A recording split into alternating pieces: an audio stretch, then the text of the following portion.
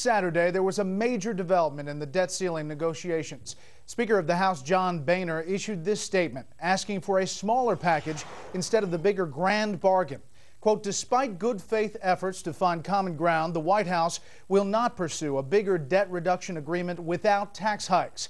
I believe the best approach may be to focus on producing a smaller measure based on the cuts identified in the Biden-led negotiations.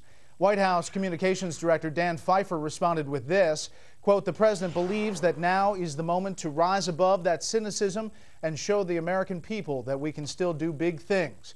And so he will make the case to congressional leaders that we must reject the politics of least resistance and take on this critical challenge. Joining us now is the Senate's top Republican, who will be a key participant in today's talks, Senator Mitch McConnell. Welcome back to Fox News Sunday, Senator. Glad to be here.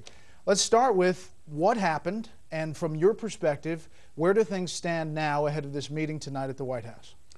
Well, unfortunately, as the Speaker said, they are insisting on, the White House and congressional Democrats insisting on really big tax increases as a condition to do anything on the spending side.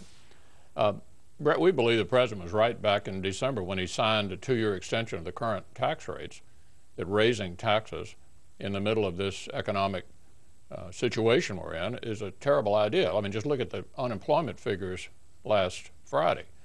All the arguments the president used in December still work today.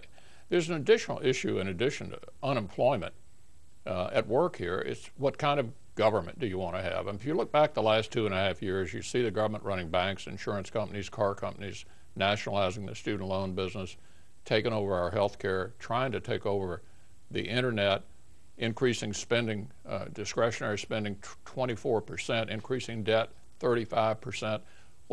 How big a government do we want? And we don't want to use this opportunity presented by the president's request of us to raise the debt ceiling to kind of freeze in perpetuity this much government. I don't think the American people want it. I don't think it's good for the economy. So is a big deal, a $4 trillion deal, now off the table?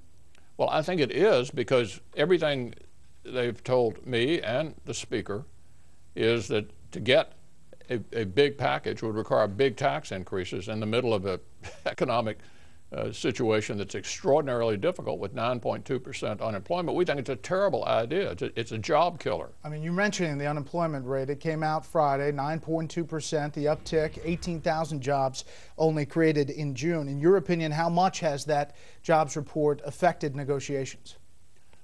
Well, it ought to incentivize us to do a big package without raising taxes. But unfortunately, I think the president is not thinking the same thing he did 6 months ago when the economy didn't seem to me as bad as it is today.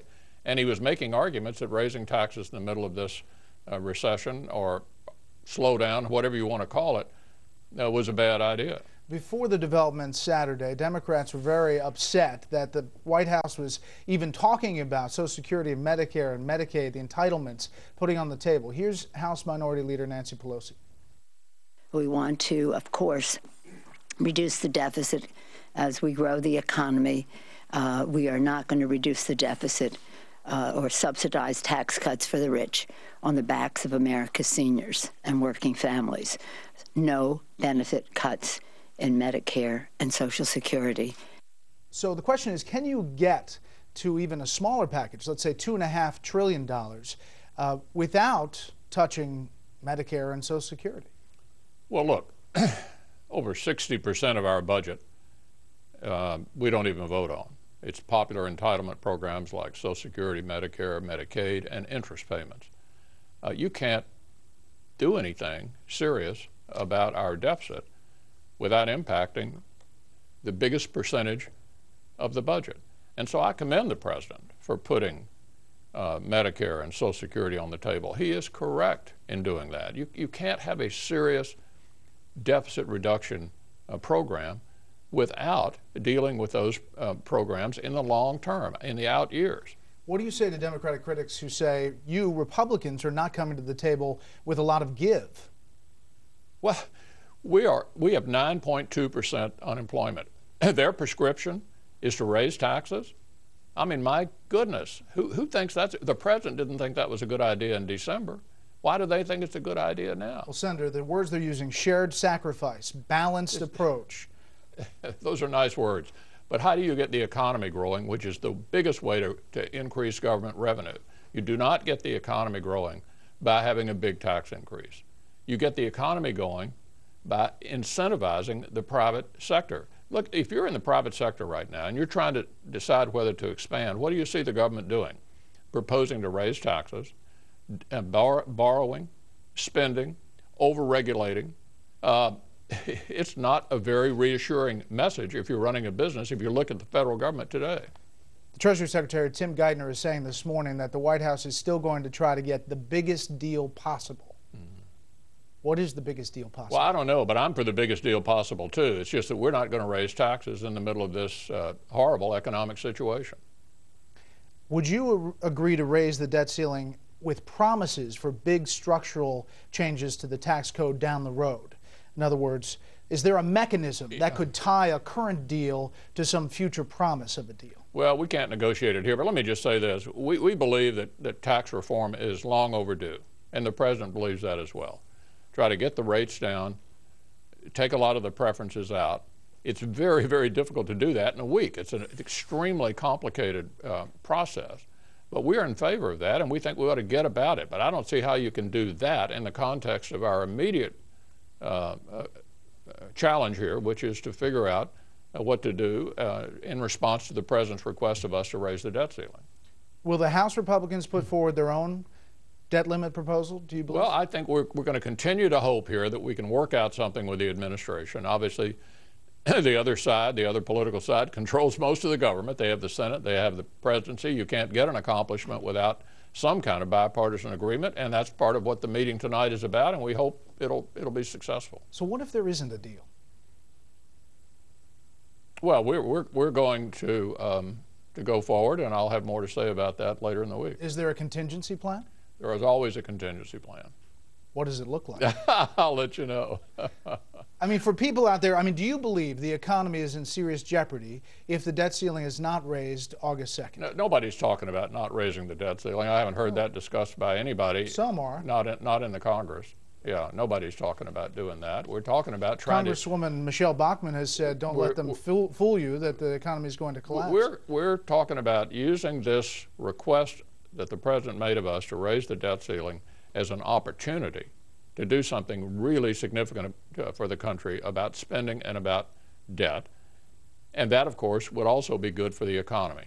So you believe the August 2nd deadline, if the debt ceiling is not raised by then, there would be serious economic repercussions? Well, the Secretary of the Treasury said we need to do this, and we're using this as an opportunity to have a discussion about doing something about spending and debt. There are now even proposals up on Capitol Hill for, again, a clean debt limit increase. Is that a possibility? Look, we're going to try to use this opportunity to do something significant about deficit and debt, to get our spending down, get us headed in the right direction. And I don't think we'd have been able to focus on this but for the President's request of us to raise the debt ceiling. As far as revenue increases, not tax rate increases, revenue increases, closing tax loopholes, Senator Kyle and House Majority Leader Eric Cantor came to some conclusions in that Vice President Biden meeting. The meeting's led by the Vice President. They said $150 billion to $200 billion in tax revenue increases. Would you be in favor of that if, let's say, a payroll tax cut is included in there? Well, you're asking me a lot of things that are the subject of negotiations. What we're in favor of is a growing economy. And if you can get the private sector moving, Brett, if you can get the private sector moving, the government will benefit by that, by greater revenue. I mean, the principal reason revenue is down now is not because we have rates that are too low. It's because we're in a very sour economy. When the economy goes south, government revenue goes south as well. we don't want to do anything that keeps us from getting out of this economic trough, and that will, of course, produce more revenue for the government. There are a number of Republicans who are worried that you're going to, quote, cave too early. And presidential candidate, Texas Congressman Ron Paul, is worried about a deal that promises things down the road. He said this: the Democrats pulled a similar maneuver during Ronald Reagan's presidency, a deal that promised 2-to-1 spending cuts in exchange for tax increases. Taxes went up, but the cuts never came. In Washington, if you hear about a so-called deal, you can be sure the taxes will come, but the cuts never will. Agreeing to this scheme by the White House would be a betrayal of the voters who put Republicans back in charge of the House in 2010. So would it be a betrayal? I agree with that, by the way. I think he's absolutely right. The one long-term spending reduction you can count on is when you make entitlement changes, Brett, that we don't vote on every year. They hold up. When Reagan and Tip O'Neill fixed Social Security, which lasted for a generation back in 1983, it lasted for a generation. We didn't go back and revisit it every year because we don't vote on entitlements every year. They're on automatic pilot. So I agree with Congressman Paul. I think he's right about that. But I do think long-term entitlement changes do hold up and ought to be a part of any deal that we make. So without this wall of the debt ceiling, does the prospect of that start to diminish if you don't have this backstop that you're pushing up against? Well, it's helpful. I mean, the president's request of us to raise the debt ceiling is the reason we're having these discussions. So it's been helpful in that sense, and I hope it ends up being productive in the end. Senator, I'm sure you're aware of the politics of all this. Democratic operatives are trying to sell a couple of storylines. One, that if it does not get raised and the economy falters, it's your fault, Republicans walking away from the table. And two, that Republicans want a sour economy, bad economic numbers. I received an email with a list of quotes on it, Republican candidates and leaders saying that bad economic numbers help Republicans' chances in 2012. And on that email is one of your quotes from last year where you said, quote, "The single most important thing we want to achieve is for President Obama to be a one-term president." So how do you respond to those Democratic lines of attack? Well, that is true. That's my single most important political goal, along with every active Republican in the country, but that's in 2012.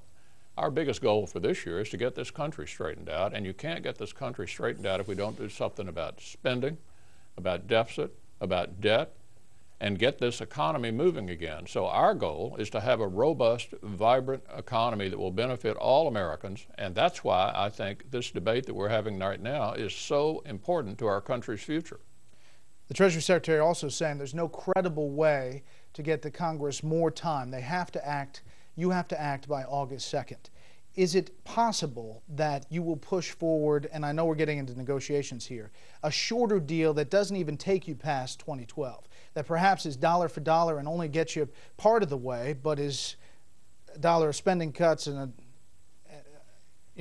maybe get you $1 trillion?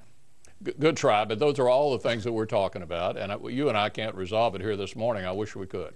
Last question, and it's another topic. The Obama administration transferred this terrorist suspect, Somali suspect, Ahmed Warsame, to the U.S. to try him in federal court after interrogating him on a U.S. naval ship. You've spoken out against this. The administration continues to argue that there are solid charges that can be brought in federal civil court, and the Attorney General appears convinced this is still a way forward. What's the next move in this standoff? Well, I agree with Chuck Schumer.